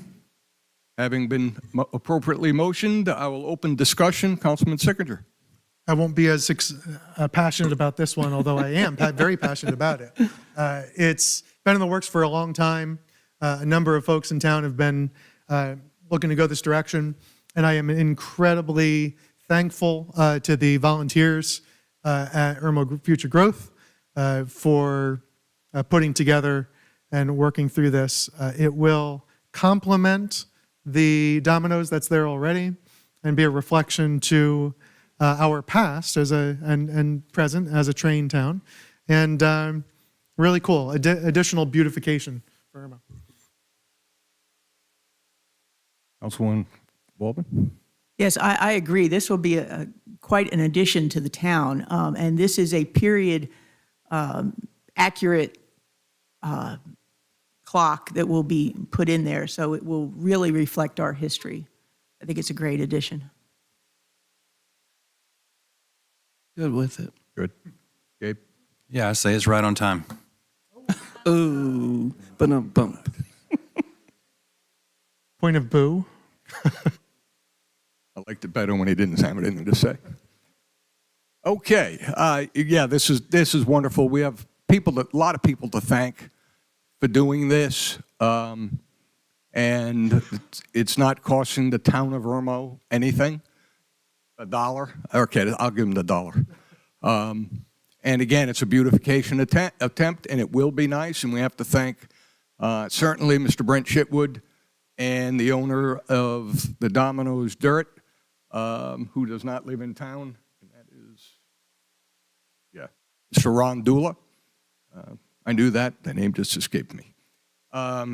So this is something very generous to do. We are just hopeful. Well, it will cost the town a couple of bucks because we're going to insure it. Because, you know, we're really bad drivers in Irmo, and I'm really worried about this thing getting run over. I don't know how they're going to hit it, but they almost drove through Domino's so they can hit it. I mean, I put nothing past the drivers of Irmo. All right, with that, I'm going to call for a roll. Mr. Penfield, Yes. Ms. Coleman, Yes. Dr. Waldman, Yes. Mr. Sickinger, Yes. and Mayor Danielson. Yes. Okay, item C, appointment to the Irmo Planning Commission. There are 2 openings. 2 terms are expiring at the end of March. We'll begin April 1st. Applications were received from Clint Scoville, Jeff Allen, Mark Price, Michelle Carpenter, and Richard Scoggins. We'll call for a motion. I'd like to make a motion to nominate Richard Scoggins to the Irmo Planning Commission. Hearing a motion, is there a second? I'll second. Appropriately motioned. Any discussion on Mr. Scoggins? I just want to provide my rationale, my thinking here. Mr. Scoggins has degrees in architecture and design and a lot of work experience in the areas of architecture and design, and I think that that would be an asset to the current members of the Planning Commission as well as an asset to the town to have him involved. We're going to move to a vote on Mr. Scoggins. Would you call for the roll? Renee? Mr. Penfield, Yes. Ms. Coleman, Yes. Dr. Waldman, Yes. Mr. Sickinger, Yes. and Mayor Danielson. Yes. One more. I make a motion, Call for a motion. nominate Jeff Allen. Second. We have a first and a second on Mr. Allen. Open for discussion. Just a quick statement of reasoning. Really got to know him during the campaign in November. I was impressed with his not only no-nonsense attitude, but his depth of knowledge and experience that he will bring to the table if we vote yes. Any further discussion? Call for a roll. Renee? Mr. Penfield, Yes. Ms. Coleman, No. Dr. Waldman, Yes. Mr. Sickinger, Yes. and Mayor Danielson. Yes. Majority has it, 4-1. Those are the two appointments. Congratulations, Mr. Scoggins and Mr. Allen. We're going to move to item D, appointment to the Irmo Board of Zoning Appeals, 2 openings. 2 terms are expiring at the end of March. Applications were received from Mark Price, Marcia Clark, Richard Scoggins, and Walter Lindler. Might I add, Richard Scoggins is now previously employed. Call for a motion. I'd like to make a motion to nominate Marcia Clark to Second. the Irmo Board of Zoning Appeals. There's a first and a second on the floor. Further discussion? Marcia has served us well herself, and I have been impressed with her due diligence and nearly Dr. Barb degree of diving into details and the nitty-gritty. Details are her middle name. Anything else? Okay, Renee, we'll call for a roll. Mr. Penfield, Yes. Ms. Coleman, Yes. Dr. Waldman, Yes. Mr. Sickinger, Yes. and Mayor Danielson. Yes. Okay, one more. Call for a motion.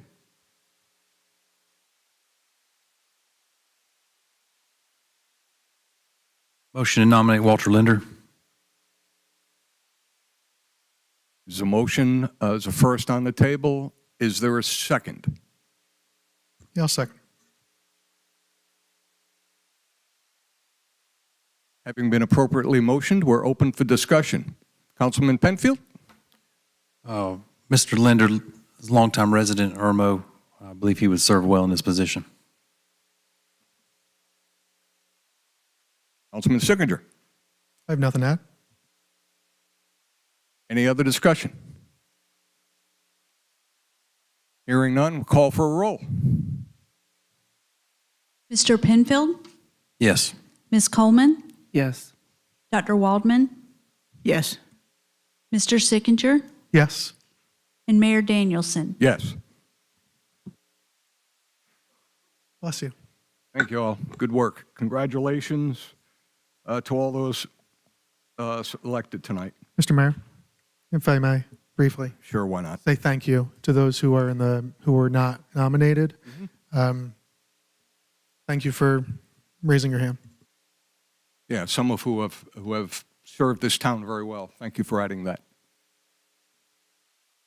Okay. All right. Now we're on to item 11, presentation by citizens. 3 minutes.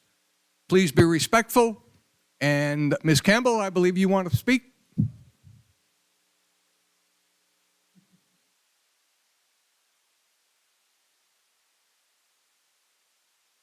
I don't want these volleyball people to think I'm not against volleyball.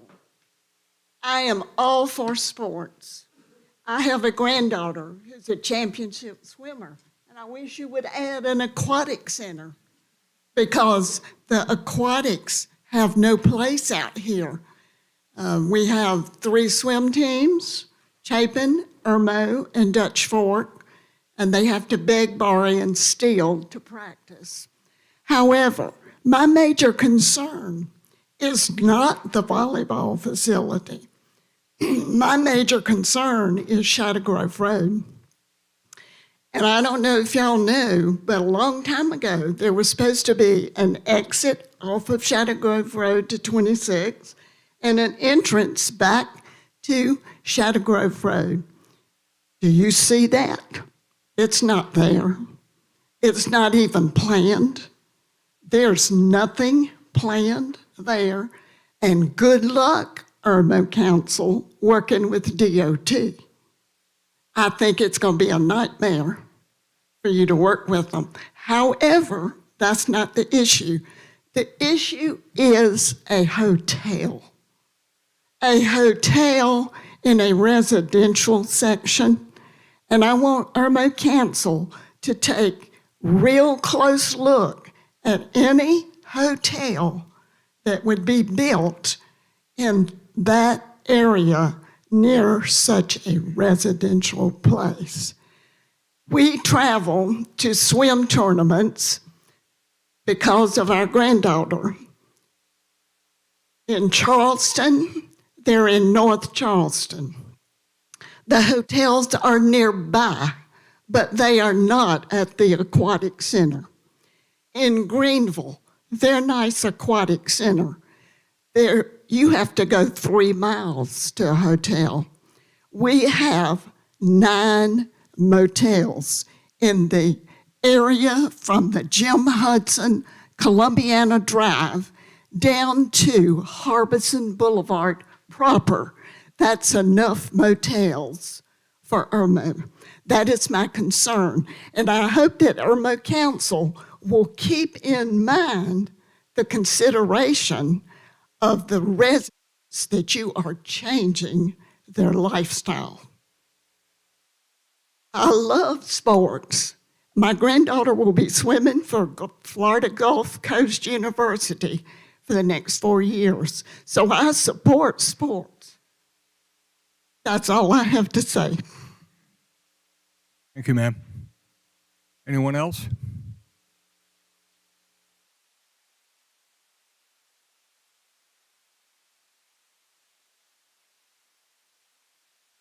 Appreciate you, Gabriel, asking about the 100-foot buffer, and you were saying twice as wide as a football field. It's a football field is 160 feet wide, so it ain't even as wide as a football field.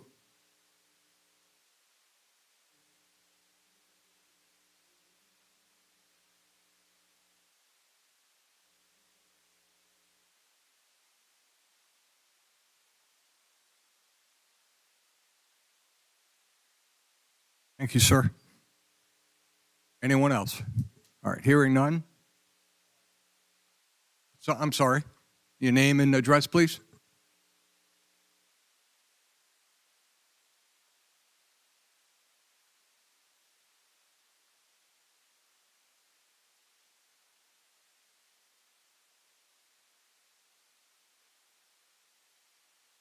Mr. Brewer, we don't take questions at this point, but we'll be happy to meet with you. We don't take questions in a presentation.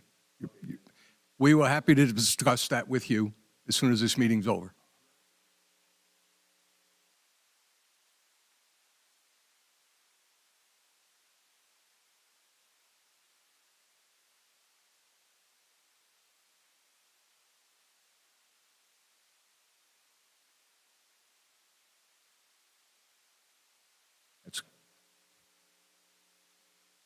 Sure, and that's a great comment. We're trying that. Yes, sir. Anyone else?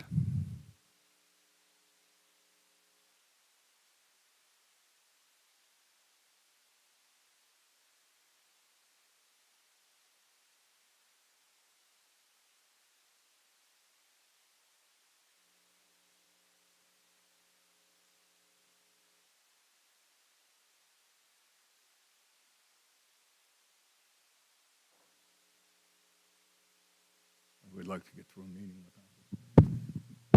I apologize. I don't know whether you all were able to hear what I said up to now. We did. No, and your time has expired. Somehow that feels apropos. I do feel like it seems to be fairly clear what direction the town council wants to go with this, although you're saying we're just voting this evening on the zoning. Without that vote, I don't suppose this could have gone forward, at least as large a facility as this is going to be. And my main concerns have to do with traffic patterns in that area currently, let alone after something like this is built. I'm wishing I had a stoplight at the end of my driveway by my mailbox whenever Dutch Fork Middle or High School gets out each day. I have to wait there for quite some time and then get in line. I can't imagine having 1,000 people coming through here, that area on the weekends, what that's going to do just for my getting out and wherever I need to go, let alone what it might do for my property values. I've been there for 24 years now, and I love where I live, and I feel like that's about to change. And I just I do really appreciate your statements that you care about the residents in that area. And so just wanted to voice my concerns. Thank you. William Haxton, Haxton. Thank you, Mr. Haxton. Anyone else? Okay, hearing none, we're going to move to discussion. Is there any discussion? I don't have anything on my items for discussion. Next item up, number 13, executive session. Council may act on items discussed in the executive session after returning from the executive session. I have nothing on my agenda for executive session. Hearing none, I will call for an adjournment. So moved. Is there a second? Second. All in favor, say aye. Aye. Aye. Thank you, folks.